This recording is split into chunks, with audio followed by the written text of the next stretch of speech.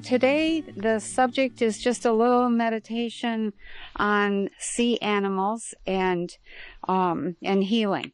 Okay, so if we start with that, I want to share a story actually before we start the little meditation.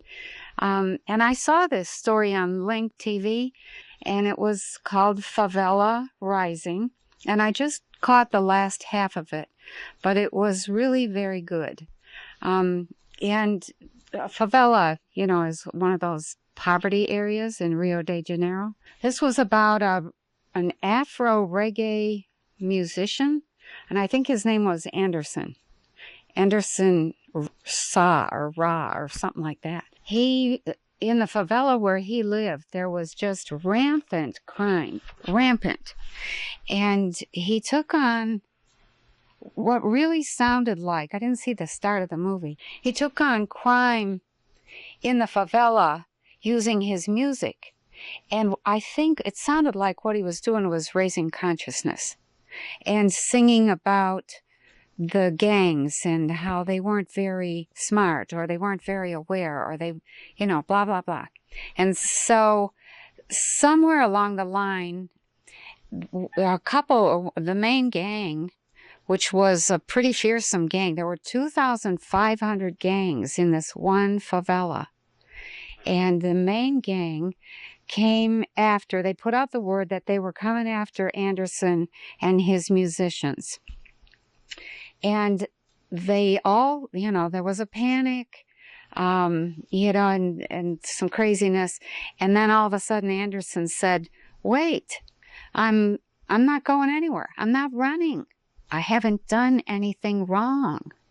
So when the gang came to his I'm not sure if it was his apartment or his studio or what, he just met them at the door and said, hi, come on in. What's happening? And they started talking, and the gang leaders were so amazed that he didn't run in fear. And he later said, well, I couldn't have run. If I'd have run, they'd have chased. And so it wouldn't have been good news for me. So they started talking, and long story short was that eventually they became friends. The gangs started saying, what could we do to help clean up the favela so the crime is not so bad and the stuff is not so bad. And they succeeded in reducing the number of gangs from 2,500 down to, I think, a handful, 5 or 6. And so that was Anderson really became quite well known because of his work in the favela. So one day he's out surfing, and he gets thrown by a wave into some rocks, and he breaks his neck. And it was a terrible accident. He was instantly fully paraplegic. I guess they got him out of the water just barely in time to keep him from drowning. But he was in the hospital, and he didn't want to live. And, he said, it's over. My life was about my music and working in the favela. And a well-known surgeon somewhere in that area said, I know you don't have any money, but I'll offer my services. And I've done this surgery. It doesn't work very often, but maybe it will. And, and maybe it will restore you. And I guess the success rate was something like 4 people out of every 100 or 2 out of every 100 or something like that. So Anderson didn't have a whole lot of hope, and he was really struggling. And the night before the surgery, all of his friends were in the hospital room, and it was very late at night. I guess it sounded like it was after midnight. And all of a sudden, a woman dressed all in white comes to the hospital door, and it wasn't a nursing outfit. She was dressed like something that they recognized. Sounded like a shaman of some sort. I think it's called a candomblé, something like that.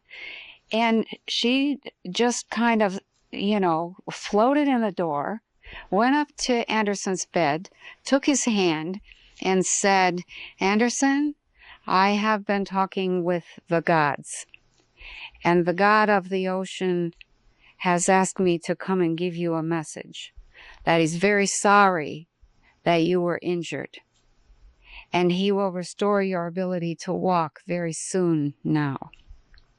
And the guys that were in the room said, when they first saw her, they just thought, well, there's somebody all dressed in white. But when she came in the room and started to talk, everybody's hair stood up and they all got goosebumps.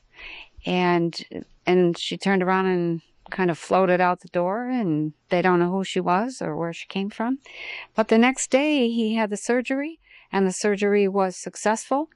And when he was released the following week or whenever it was, he walked out of the hospital on his own two legs. And he eventually returned to his own singing and his work and helping to work, in the favelas and raise the quality of life there. So I wanted to mention this story because I wanted you to be aware of power. So Anderson was just a really ordinary guy who used the power of music to make people aware that life could be better, for everybody. And many of the gangs, because he took up what seemed like an impossible task, many of the gangs then began using their power differently to move on into life outside the gangs. And the woman in white had used her power, the power to communicate with other forms of consciousness, especially the consciousness of the ocean. And then there was the power of the ocean itself, saying it was sorry and it would restore, Anderson's ability to walk very soon. And then there was the power of the surgeon, who had his own special technique and used his power to do what he knew how to do. And together, they all add up to this amazing, just an all-encompassing network of power, all based really on changing consciousness. So that, I think, is just something that we have to begin to utilize. And it's not, I really, really dislike the cult of the hero worshipers. They're always looking for somebody to worship so that they don't have to do anything themselves. And, I just don't go for that at all. So I think, today we're just going to do this little simple meditation that invites ocean creatures into a healing circle. And then our last thing will be actually healing the ocean herself. So just for a moment, I think just kind of go through the list of, or in your own memory, the kinds of sea creatures that you know about. There's way too many to even mention in a list. But, just big fish, little fish, dolphins, crabs, octopus, stingrays, whales, sharks. All kinds of creatures live in the ocean. So I want you to just kind of keep that awareness of all those creatures in the ocean in the back of your mind for a minute until we go out and meet them. So all those animals in the Pacific Ocean really need healing. And they also, more than anything, they need hope. Hope that conditions will improve and life will be saved in the ocean that they live in, or in the region of the ocean that they live in. So we're going to introduce ourselves to them and become personally acquainted with them. So what I'd like you to do is to begin by relaxing yourself and just kind of get comfortable. Let go of your immediate surroundings, whether you're sitting or standing or leaning against something or reclining or laying flat out, on your back. let go of your immediate surroundings and take several really deep breaths that fill you all the way to your toes. Put your consciousness down to your toes and feel that breath filling your feet and your legs, your hips, your torso, your shoulders, your arms, your neck, your face, your entire skull, and then your entire energy system. So then I want you to imagine that you're looking at your body as if you're standing across the room from it. Wherever it's sitting or laying, just imagine that body, that you're across the room looking at it. And then just kind of move back into the body for just a moment and feel your feet on the floor and feel your hands in your lap and maybe the back of your neck. And then, take a breath. Feel a sense of gratitude. See if you can get together some gratitude for the amazing collection of cells that work together to provide you with a physical vehicle. It's just an amazing body. And then go back across the room and turn and see yourself sitting or perhaps lying there so quietly.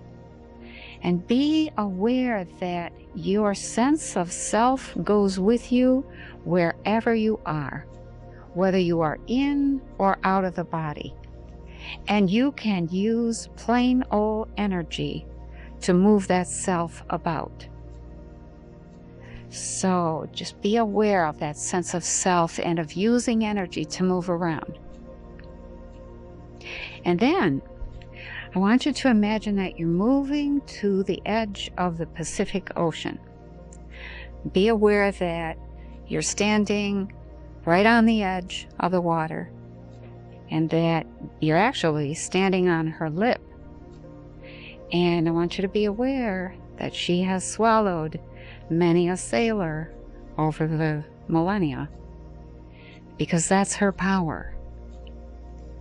I want you to be aware of her and of her immense power. It's an amazing ocean. And realize that if you are going to work with her, you have to be as sure and conscious of your power as she is of hers. And have no doubt, she is aware and conscious. And maybe she doesn't pay attention to every little detail happening in her sphere of influence, like when she smushed Anderson on the rocks, but she was aware afterwards of the loss and had a role in rectifying that. So have no doubt she's aware and conscious. And then I want you to imagine you're taking off your shoes and your socks and you're sticking your toes in the water. And just kind of feel all of the sensations. What are all the sensations? Besides, more than just the coolness and the wetness, what are all the things that you become aware of when you stick your toes in that water? Just be aware, like your toes have eyes on the ends of your toes and they're seeing into the water. And just be aware of that. And then send the message to the Pacific Ocean that you are coming to visit. It's a polite thing, We don't just drop in on somebody without some kind of, announcement or I'd like to visit, etc. So send that message that you would like to come and visit and keep your toes in the water and kind of just hold there until you feel a welcoming of some sort coming back to you, an invitation of some kind.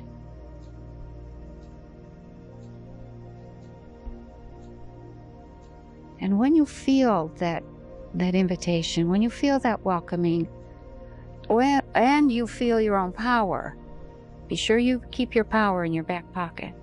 Then step into the water and start walking, and keep walking until you're up to your waist. Never mind your clothes. Just keep walking till you're up to your waist in water. And then stop for a minute. And remember, she has the power to swallow you. And remember that you have your own power. And I want you to actually practice that power.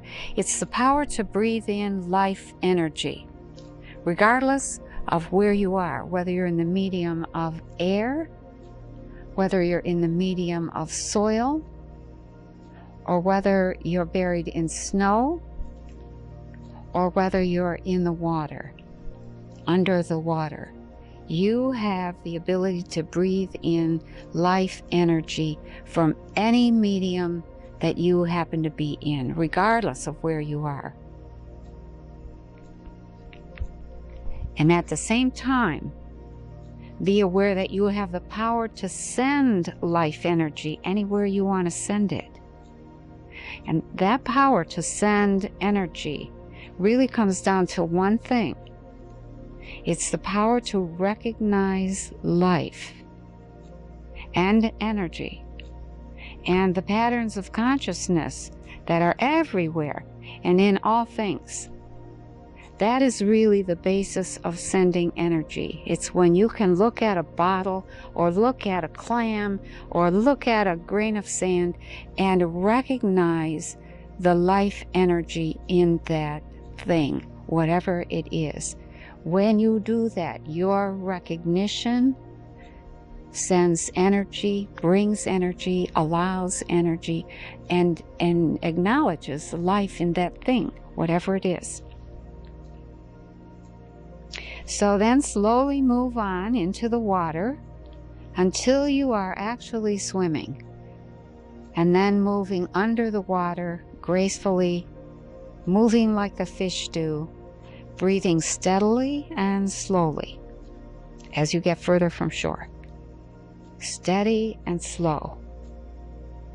And keep moving. Keep all of your eyes open. I want you to imagine you have eyes in the front of your head, eyes on the tops of your ears, eyes on your shoulders, and eyes on the toes. Okay? Keep all of your eyes open. And you're watching for a creature, any creature, who looks maybe kind of curious and interested in you. And so keep swimming, going deeper and deeper, noticing all sorts of sea animals. You know, all of them. The fish, the swordfish, the whales, the dolphins, the jellyfish, the flying fish, eels maybe, stingrays, crabs, you know, huge variety, little and big. And keep watching until you notice that somebody, one of those creatures, is maybe curious about you and seems approachable. And then I want you to approach it very slowly, very gently, and invite it to come closer and tell it your name. That's your address in this world of energy. Your name is your address. And then ask that creature, whatever it is, if it has an individual name or if it just goes by a group name like, I don't know, like shrimp or orca or whatever. So then ask this particular creature if it would be willing to give a message to the rest of his or her kind, and maybe to everyone in its family or its region in the great ocean. Tell the creature that you are part of a small group of humans who love that ocean and all of her creatures dearly, and that you're working to heal the wounds brought on by the radiation pouring into the ocean. So then, see what the response is. So you're asking this creature if it would give a message, and the message is just one that you are part of a group of humans that are working to heal the ocean and the creatures who've been harmed by the radiation.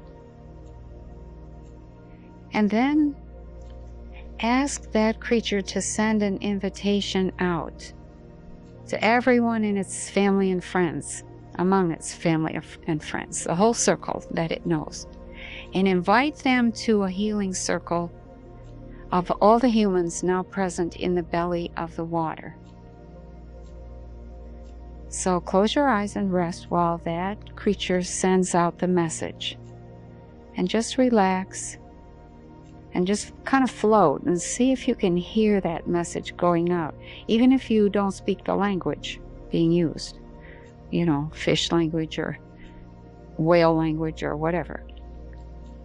Just kind of listen and rest and feel your own gentleness. Feel the gentleness of the water. Feel that along with your own power. You've got that power in your back pocket. And then open your eyes and see who has arrived.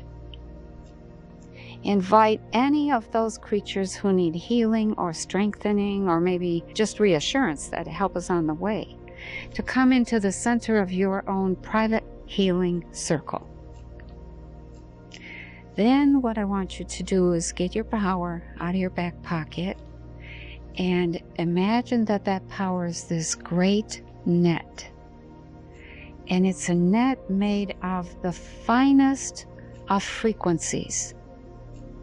And you're going to shake this net out like you shake a sheet when you're making your bed. And you're going to let that sheet fall on all the creatures, that net. And you're going to tell them, it's okay. This is a healing technique. This is a healing tool. Don't be afraid. Don't run away. And then watch that net of frequencies kind of settle over all the creatures.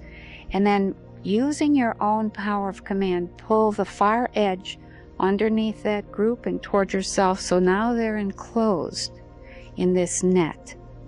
And then very, very gently begin to pull that net, drawing it through the water and right through the entire circle of sea creatures and even through yourself. Feel yourself pulling that fine net, drawing it through the water, catching the radiation that everything has absorbed, pulling it out like a great sieve. Keep breathing deeply, pulling on that net, dragging it through the water, removing particles of radiation from that entire area.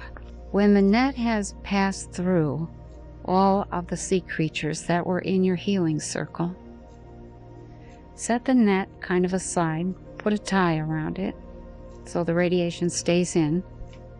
And then for just a moment, imagine yourself joining minds with all these creatures. Tell them that you love them, you appreciate what they've had to deal with, that you are working to heal, that others are working, and the problem will be solved. Thank them for coming. See them go, and now you have this net of radioactive particles that need to have their spin changed and their charge shifted. So what I'd like you to imagine is happening is that you are filling that net with love. Those particles are falling in love with one another. They're attracted to one another. They end up changing their spin the way we all change ourselves when we fall in love. The way we all, do things differently when we meet somebody that we want in our life.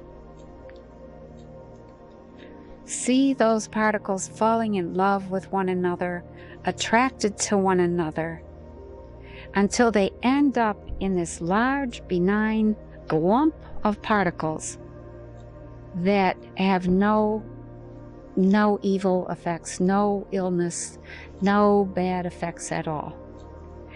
And take that glump of particles and set it down gently on the floor of the ocean. And let it be a reminder of hope to all creatures that help us on the way, and change is coming.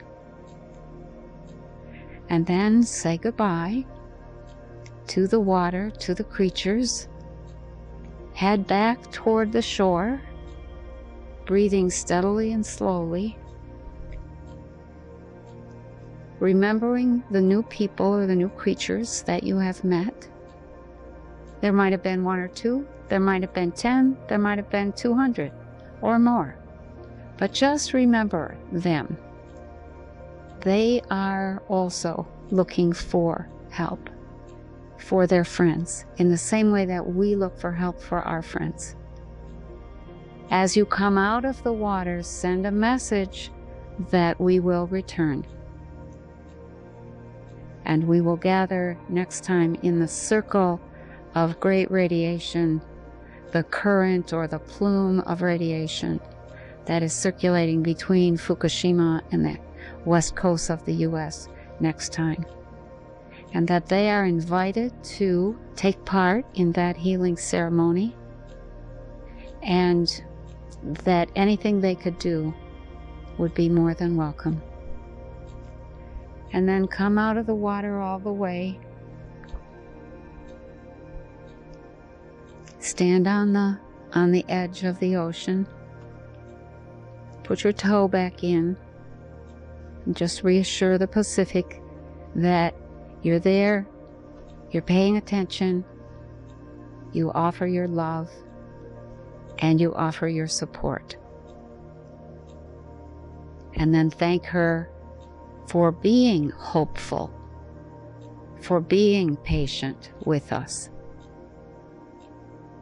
and for being willing to invite us in. She has great power, but each person has to do their part.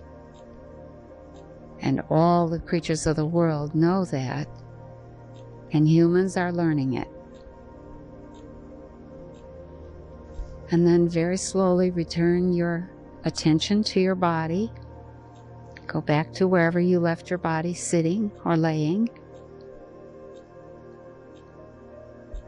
And very slowly feel your feet, feel your hands and the back of your neck. Come back into the body all the way. And then just very slowly gather yourself back into this place, into this world.